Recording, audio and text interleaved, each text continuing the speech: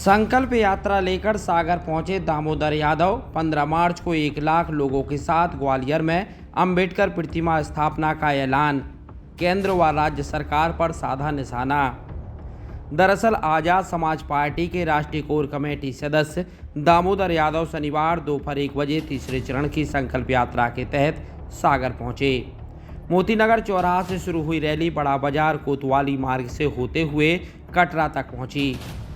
इसी बीच मीडिया से चर्चा के दौरान उन्होंने केंद्र और राज्य सरकार पर तीखा निशाना साधते हुए आरोप लगाया कि दलित, पिछड़े और वंचित वर्गों के अधिकारों की अनदेखी की जा रही है।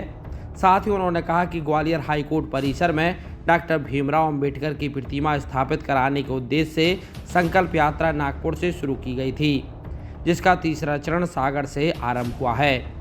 दामोदर यादव ने घोषणा की कि 15 मार्च को काशीराम जी की जयंती पर 1 लाख लोगों के साथ ग्वालियर पहुंचकर बाबा साहेब अंबेडकर की प्रतिमा स्थापित की जाएगी। उन्होंने यूजीसी लागू कराने की मांग दोहराते हुए कहा कि आंदोलन तब तक जारी रहेगा जब तक मांग पूरी नहीं होती। उन्होंने बताया कि आगामी 3 दिनों तक वे बुंदेलखंड क्षेत्र के विभिन्न जिलों का दौरा कर जन समर्थन जुटाएंगे। देखिए, संकल्प यात्रा हम लोगों ने नागपुर की दीक्षा भूमि से शुरू की है। ग्वालियर हाईकोर्ट परिसर में बाबा साहब अम्बेडकर की स्टेच्यू लगवाने के उद्देश्य से और यूजीसी बिल लागू कराना है। पिछड़े, दलित, शोषित, वंचित वर्ग के जो लोग हैं उन पर अन्याय अत्याचार करने का काम केंद्र और प्रदेश की सरकारें कर रही हैं। कुछ मनुवादी गुंडे भी कर रहे हैं।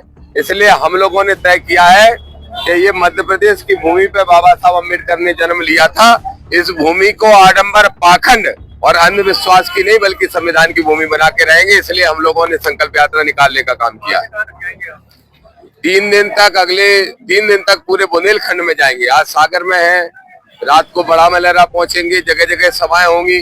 कल छतरपुर पहुंचेंगे, नौगांव पहुंचेंगे, टीकमगढ़, पलेरा, निवाड़ी, पूरे बुंदेलखंड में सभाएं करते हुए और 15 मार्च को बाबा मान्यवर साहब कांशीराम साहब की जयंती पे ग्वालियर पहुंच के बाबा साहब की स्टेच्यू 1 लाख लोग मिलकर लगाने का काम करेंगे।